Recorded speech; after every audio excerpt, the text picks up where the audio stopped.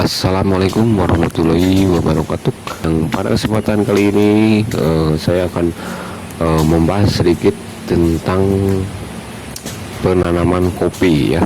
Jadi ini menanamnya di bawah pohon pinus ya.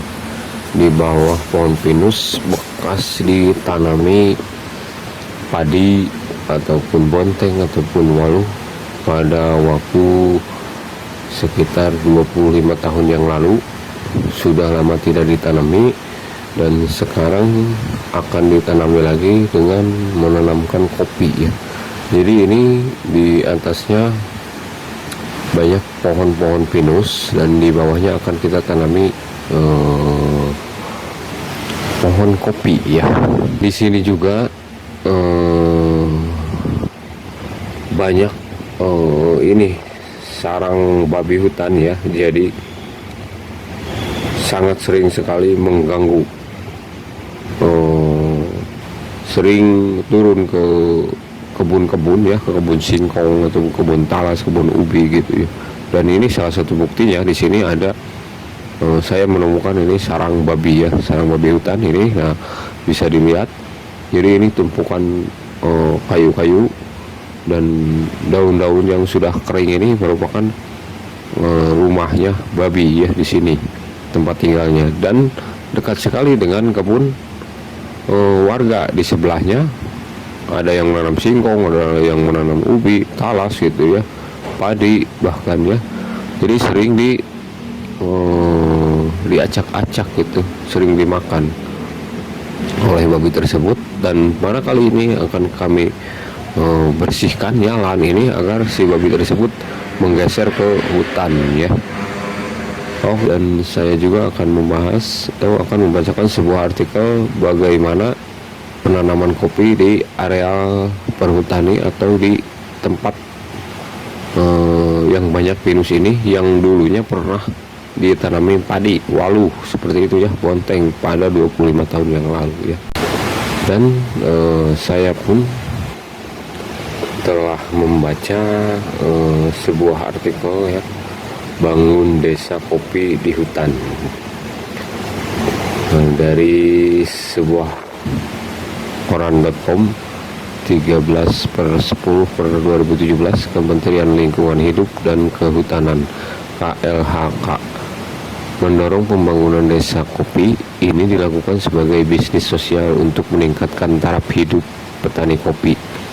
Dirjen Perhutanan Sosial dan Kemitraan Lingkungan KLHK Hadi Daryanto mengatakan kini terdapat payung hukum yang menjamin aksesibilitas petani untuk lahan sebagai lahan produksi. Selain itu, Dinas Perkebunan akan memberikan bibit pohon kopi untuk ditanam di antara pohon keras. Konsep yang diusung yaitu agroforestry. Jadi petani bisa menanam pohon kopi di bawah naungan tegakan pohon besar di hutan, kata Hadi saat pelatihan kewirausahaan kopi di Preanger Coffee Shop Bandung Jumat 13/10. Menurutnya, PP nomor 6 2007 tentang tata hutan dan penyusunan rencana pengelolaan hutan serta pemanfaatan hutan menjamin izin penanaman pohon kopi tanpa menebang pohon. Jenis pohon kopi yang ditanam itu tergolong Arabica. Pohon jenis ini justru membutuhkan naungan pohon keras agar bisa tumbuh kembang baik. Dia menyebutkan di Jabar terdapat satu kopi yang relatif bagus. Itu terletak di Desa Kubangsari, Kecamatan Pangalengan, Kabupaten Bandung. Dia menuturkan akar pohon kopi menghujam ke tanah sedalam lebih dari 3 meter sehingga dapat mencegah erosi. Selain itu, pohon kopi menyerap karbon dioksida dan menghasilkan oksigen sehingga baik untuk menjaga keseimbangan lingkungan. Kopi saat sedang booming dan bahkan sudah menjadi gaya hidup. Banyak orang kota yang suka nongkrong di kedai kopi. Ini peluang bagi petani kopi untuk naik kelas. Tidak hanya jual kopi, tapi juga jual cangkir kopi di area ekowisata yang juga sedang booming, ujarnya. Selama ini Dia mengaku para petani itu belum mendapatkan fasilitas dari negara. Untuk itu, pihaknya memberikan pelatihan agar taraf hidup petani kopi meningkat. Program ini disambut baik petani kopi yang tergabung dalam lembaga masyarakat Desa Hutan LMDH Jabar. Mereka merupakan petani yang tinggal di sekitaran lahan perhutani dan menanam kopi di antara pohon keras milik perhutani pembina LMDH Jabar. Wawan Setiawan mengaku tak sedikit jumlah petani yang memanfaatkan hutan lindung perhutani yang lahannya mencapai 100.000 hektar.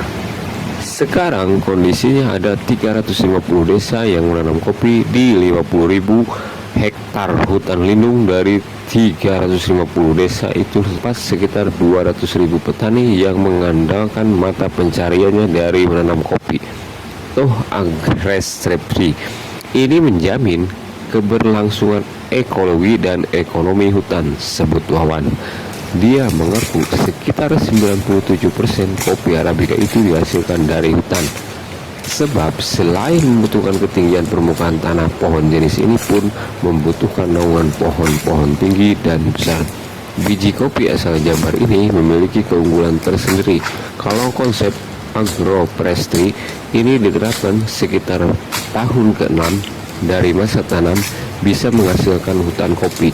Kalau dari sisi kualitas, biji kopi asal Jabar ini berada di top spesialis dengan poin 85 sampai 90. Belum mencapai biji kopi yang terbilang top of the top dengan poin 90 ke atas, ucapnya. Secara rinci, biji kopi top spesialis asal Jabar itu yakni kopi Japa, Prinsa, Gunung Tilu, Gunung Malabar, Gunung Wayang, Gunung Cikuray, Gunung Tangkuban Parahu, Gunung Kopandayan, Gunung Layang, Gunung Halu, dan Gunung Patuha. SCAI merupakan jaringan global spesialis kopi extension yang concern pada pendidikan terkait pasar global. Terkait spesialis, organisasi ini memiliki standarisasi dan sertifikasi mengatasi persoalan mata rantai pasokan, menjadi wadah jaringan kerja dari para pelaku industri, serta meningkatkan kesadaran hukum dalam kegiatan usaha kopi spesialis. Sumber inilah koran.com tanggal 13 Oktober 2017. Perhutani BUMN untuknya. Oke, terima kasih sudah menonton videonya. Wassalamualaikum warahmatullahi wabarakatuh.